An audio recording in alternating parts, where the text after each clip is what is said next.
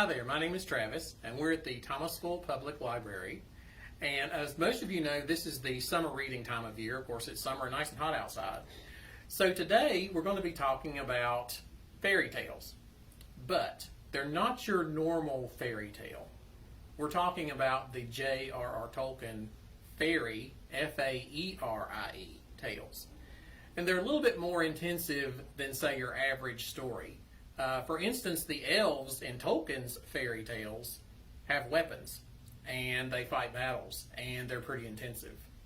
The humans there do too. They're not like just your average Tin Woodsman. They use swords, they use shields, and it's have some pretty epic battles. So today we're going to talk a little bit about that.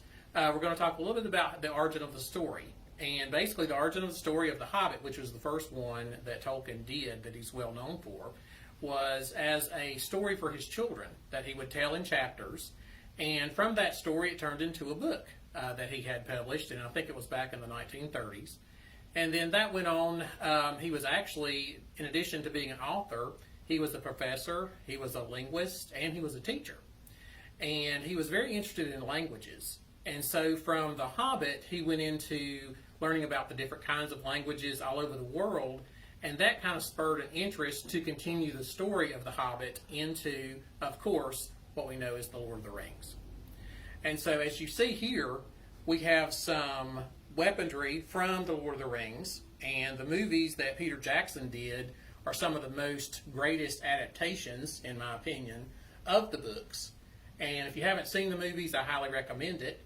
But what we're going to do today is we're going to talk about a little bit of the battles and a little bit of the weaponry. So we're going to start off with these down here.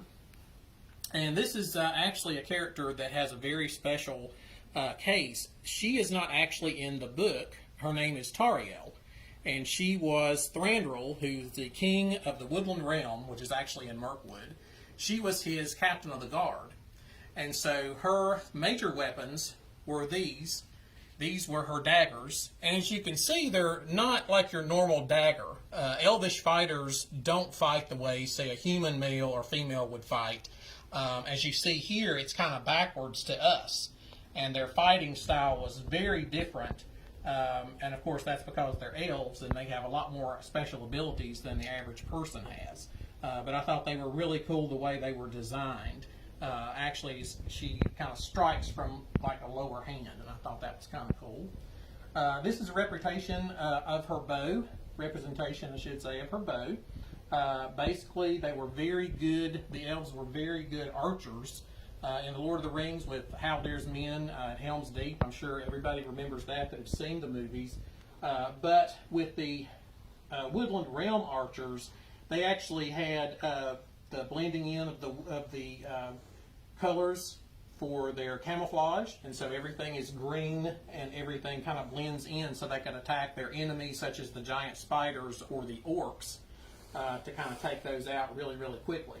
And of course here, as you see, the arrow tip is quite effective. It's a lot different from a human arrow tip. The elves were, very, very hard on their enemies. And of course, it's like a regular bow. And again, this is just a representation. I wish it was the actual real thing, but it's just a representation of it. But it's pretty fierce anyway. The next weapon we're going to discuss was Thranduil's sword. It's very interesting. The Weta Workshop, which made all the weapons for the films, actually made this one, and again, this is one of the nicest representations of what they did. They made this sword out of one piece of metal. It was one continuous piece of metal. And again, if you haven't seen the Hobbit movie, where Thranduil, again, he's the king of Mirkwood, king of the Woodland Realm. He's Legolas's father. If you haven't seen the actor Lee Pace in that role, you really need to see it. Even if you're not interested in the story, just watching him and the way he goes through fighting and his stances and the way he does it is just amazing. I mean, it really is something to see. But as you can see here, it's a very nice piece. Again, kind of heavy, one continuous piece of metal. It's one of my favorite reproductions that they did. The next one is also from The Hobbit. This one actually is resin. It's not actually metal, but as my wife pointed out, she said if it was actually metal, I might not be able to lift it up because this is actually Balin's mace, or Balin. And Balin was actually one of the dwarves that went with Bilbo Baggins to fight Smaug. And he was at the Battle of the Five Armies. And he's one of my favorite characters of The Hobbit. And I just had to have his weapon. And like I said, it is resin, but as you can see, it's a nice representation of dwarvish weaponry. It has the dwarven runes on there. It has the wrapped handle. And yeah, I guess if it was one giant piece of metal, I might have a little trouble up there. Next weapon that we're going to discuss is actually Legolas's daggers. And again, if you've seen the movies, Lord of the Rings movies, you're actually probably familiar with these. These, again, Legolas extensively used at Helm's Deep when he ran out of arrows fighting the Uruk-hai. And these are really nice as well. It has the nice design on those. And for The Hobbit, they went back and pretty much basically just redid these. And as you can see, they're very, very nicely done. And so, yes, these are a pair that I really, really like. Now, the next one is from Aragorn. And Aragorn, of course, is the hero. He becomes the king at the end. He's at the Return of the King there. And then this one was a present from Celeborn. And as you probably remember, Celeborn is the husband of Galadriel. And this is his elven hunting knife that Celeborn gives to Aragorn. And this is one of my favorite pieces. I love this piece a lot. It's just very nice. It looks really nice as far as elvish and not really of this earth as far as the way it's done. And actually the design on there is really cool. The runes, the elvish language is actually foe of Morgoth's realm, because Morgoth was actually the evil lord before Sauron. And if you wanted to read more about Morgoth, there's definitely a lot of reference material as to who that was. So I'll throw that out there and you can take a look at that. Okay, and let's see here. The next one for Aragorn that we're going to do is this was his ranger sword. And it's kind of cool when Aragorn decides to stop being the ranger and become the king. It's interesting that he goes to a different sword. Now, in the movies, he basically gets a new sword. But in the book, he always has the shards of Narsil with him, which is kind of a different take on it than they did in the movies. But when he's still the ranger, so to speak, he does have this one. And this is a long sword, and I'm kind of short, so you'll have to bear with me there. But this is his long sword, and it's a typical ranger's long sword.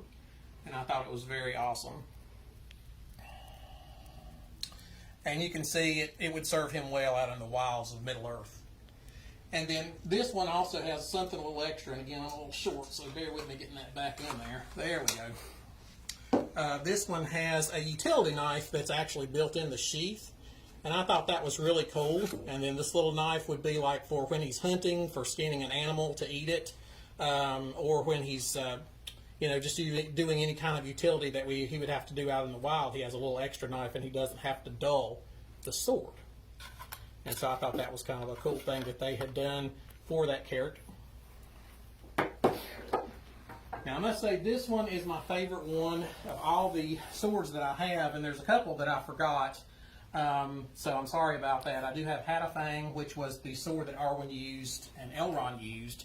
And I do have Orcrist, which is the Goblin Cleaver, but I'm sorry I did leave those at home today, so I apologize for that. But they're awesome swords. If you ever pull them up online and take a look at them, there's definitely pictures out there of them, and they're really cool. But this one is my favorite one. This one is Aragorn's sword, and it's a little bit, I need to actually polish this one. It's been a while since I've had a chance to polish it. But this is Anduril, Flame of the West, and it's reforged from the shards of Narsil, which Isildur cut the ring from Sauron's hand with the shards of this sword. This one is battle ready. This one I actually ordered specifically to be battle ready. It is sharp. So if you come to my house unwanted, you better watch out, because you'll probably be facing this sword when you come in the door. So yeah, this is my favorite one of my collection. And finally, there are two more. The first one, of course, as you probably are familiar with, this one is Sting. And of course, it was found in a troll hoard. And Gandalf gave Sting to Bilbo. And of course, Bilbo was actually a lot shorter than me, hard to believe it. And it has a nice ring to it when you take it out of the sheath. And basically, Bilbo could use it as a sword, as opposed to us using it as a long sword. An interesting thing, they actually do glow blue when orcs are close. It's very rare. And when they do glow, we kind of really pay attention to stuff. It's very rare, though. Orcs are not as common as they used to be, but every once in a while it will glow. So we kind of jump up and go, hey, and we kind of take a look around and make sure that the orcs aren't trying to get in. So yeah, they do glow every now and then. And then this version is the one where Bilbo actually puts the name of the sword on there, and of course it's Sting. And like I say, they both glow blue every once in a while. And so those are pretty much the main collection. Like I said, there's a couple I left at home. There's a couple things that I didn't bring today. I do have lots of reference books, and I highly recommend, if you're interested like me in concept art, check out all the concept art books for Lord of the Rings and for The Hobbit. It's amazing what they were able to do. It's amazing what Peter Jackson was able to do. In my estimation, they're some of the greatest adaptations of a book ever. There are differences, but the differences only enhance the story. And if you've never read the books, I highly recommend reading those. I try to read the Lord of the Rings at least once a year. It's something, I get something different out of it every time.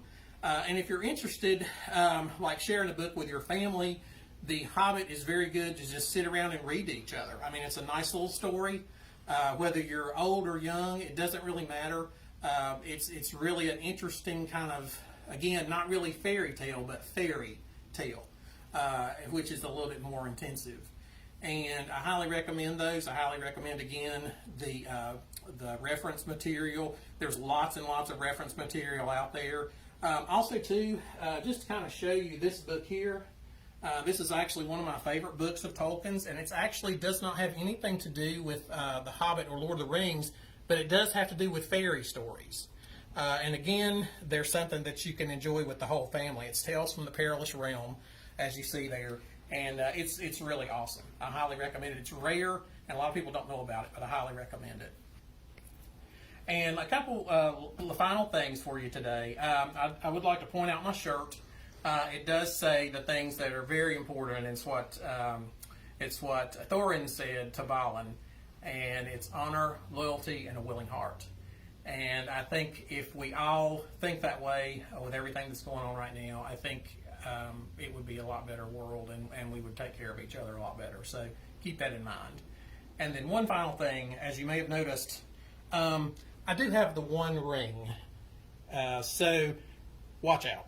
No, I'm just kidding. No, I do have the one ring. It's very awesome.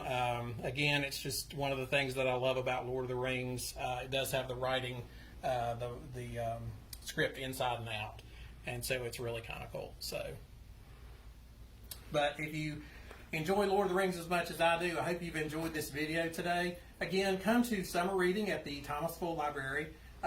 They have a lot of good things going on this year. They have a lot of exciting things happening. And I hope you enjoyed the video, and hope you'll have a great day.